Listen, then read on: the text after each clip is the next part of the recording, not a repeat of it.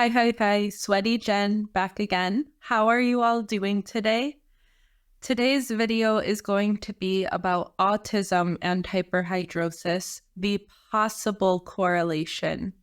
I want to start by saying I am not a doctor, so please take everything I say in this video with that in mind. I've been looking forward to making this video for a while. I'm interested in both autism spectrum disorder and hyperhidrosis, and I've seen some overlap in symptoms. Some people with autism spectrum disorder or suspected to have autism spectrum disorder, ASD, I've noticed them talk about the possibility of having hyperhidrosis or mentioning issues with thermal regulation. Through my time on Reddit, I've seen multiple posts of people talking about overheating who have autism.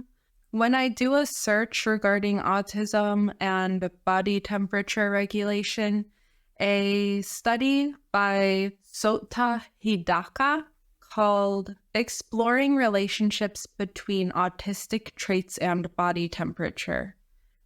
This study shows no significant correlation between autism spectrum disorder and body temperature regulation. Despite that study not finding a significant correlation, I still wanted to investigate more because of how many firsthand reports I've heard and seen through researching and also just through casual internet browsing. I was thinking, if there's no measurable correlation from that study, maybe part of why people with autism spectrum disorder seem to report sensitivity to sweating and temperature, maybe it's related to the general increased sensitivity that those with ASD have. Many times, people with ASD can either be hypersensitive or hyposensitive, meaning not sensitive enough. I was thinking maybe that sensitivity causes some kind of reaction to increase sweating. For example, an increased sensitivity to light, needing sunglasses, and also to sounds, needing headphones or earplugs. Wouldn't it make sense that there would be an also increased sensitivity to temperature or shifts in the climate that we're in? Maybe part of why those with autism spectrum disorder seem to sweat more easily is an increase in anxiety, possibly when the weather changes, having to change routine and change all of the clothes. Maybe the baseline increased anxiety causes more sweating. There was a small study done, and it was titled Sweating, an Early Warning Sign of Behavioral Outbursts in Autism. In this small study that was conducted, it says, in patients with severe autism, sweat sensors signaling rising electrodermal activity, EDA, may forewarn clinicians and others of a behavioral outburst and provide an early opportunity to stop such incidences before they start. In a small feasibility study involving 8 boys with severe autism spectrum disorder, ankle and wrist monitors recorded an increased level of sweat, signaling a rise in EDA 60% of the time before a problem behavior such as self-harm or aggression occurred. So of course that's a small study, but I thought that was very interesting because I've seen a lot of correlation between that increased emotionality or increased overstimulation and then a sudden sweating episode or a sudden trigger in hyperhidrosis symptoms.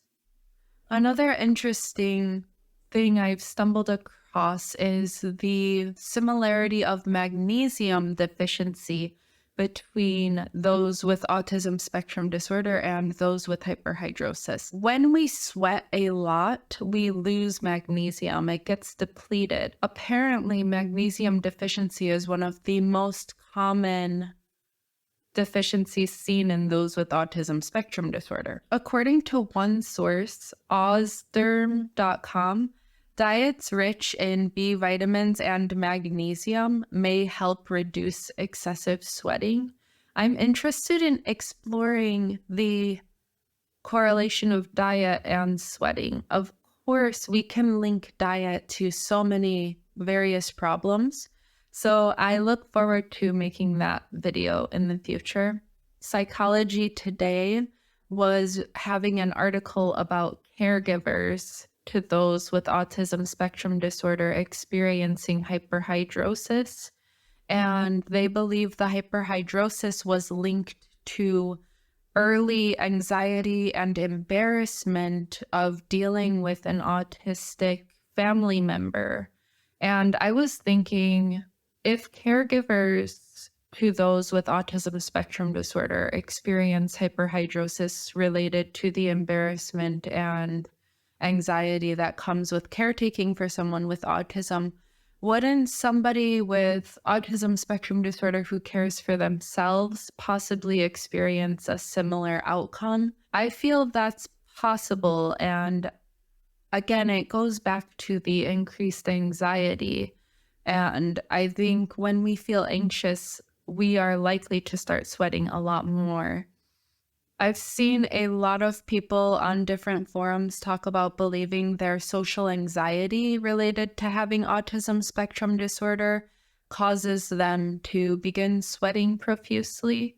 And the social anxiety aspect, I think, of course, is a very big part of autism spectrum disorder. I've seen others with ASD talk about the need of wearing multiple layers but sweating through all those layers. But when not wearing layers, the sweat dripping onto the floor. And we all on this channel who have hyperhidrosis can probably relate to that feeling of sweat dripping so much profusely.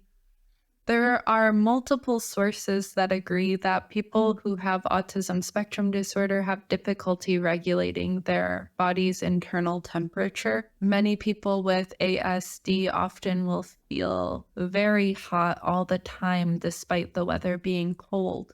brightfuturescare.co.uk affirms that people with ASD often experience hypersensitivity and heat intolerance. Hypersensitivity makes the feeling of sweat, warmth, and uncomfortable clothes even more uncomfortable. This source gives tips that if you experience these hypersensitivity to the discomfort that comes from being sweaty and hot, that wearing baggy clothes can help, doing water activities can help, freezing food and eating very cold foods can help bring your temperature down, and also just staying inside, of course. AskBeWriter.com goes into depth about autistics who remove layers in cold weather from overheating or overheating quickly in hot showers and having spots in their eyes. After overheating, they need longer to cool down, or they become cold so quickly that they begin to shiver uncontrollably. According to SupportiveCareABA.com, the hypothalamus is responsible for regulating body temperature.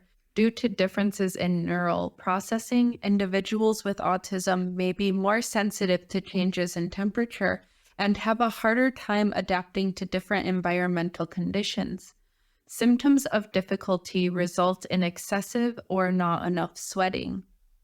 Some individuals with autism may have difficulty integrating sensory information from their environment or may not notice when they're getting too hot or too cold until it's too late. I've seen many reports of people with ASD sweating and getting rashes, being able to touch hot things without noticing it's hot, just this proof of the hyper and hyposensitivity to temperature.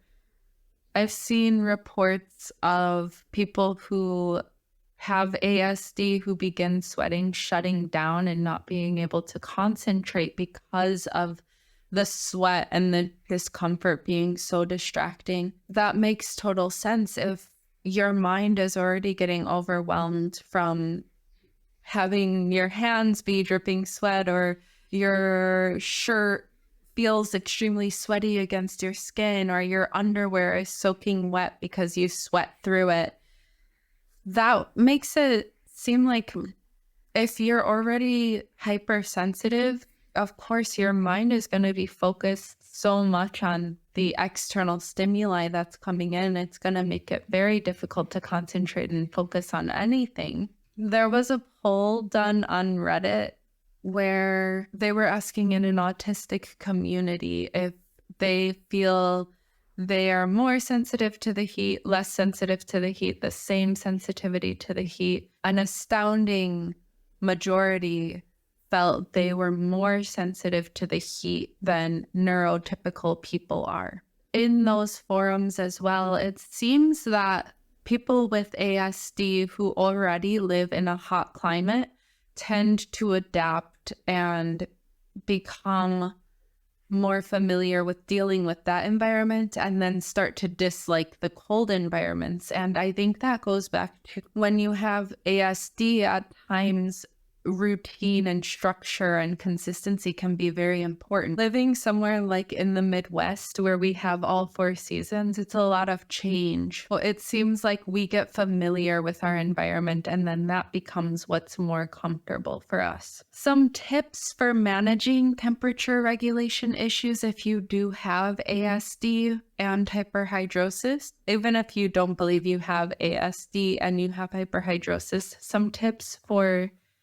dealing with temperature regulation issues are to dress in layers so that you can remove layers as needed or put more on as needed.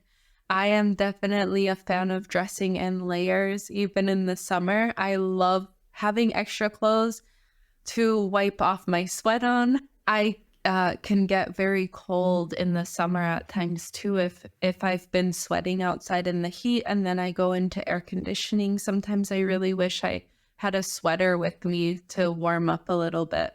Another suggestion is to keep a personal fan with you, or a heating pack or ice pack with you if you're prone to overheating or being too cold. Eating cold and hot foods to help bring up or lower your body temperature.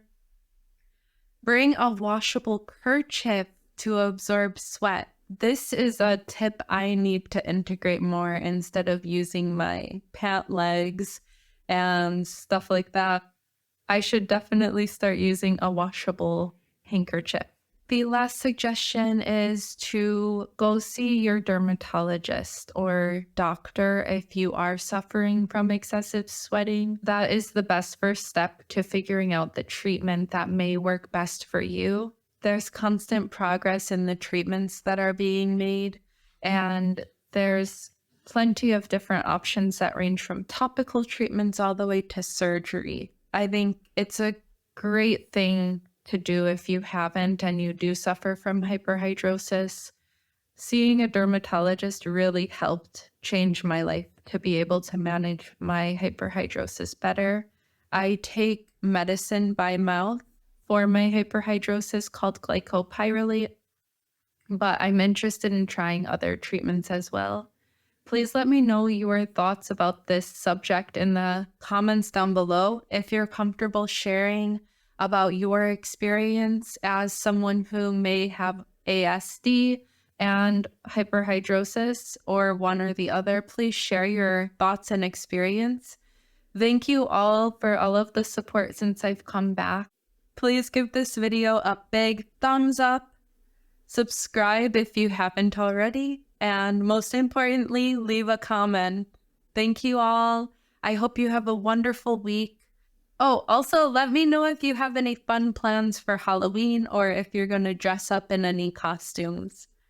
I look forward to seeing you guys again next time. If you have anything you'd like me to make a video on, please let me know as well. Thank you all so much. Bye.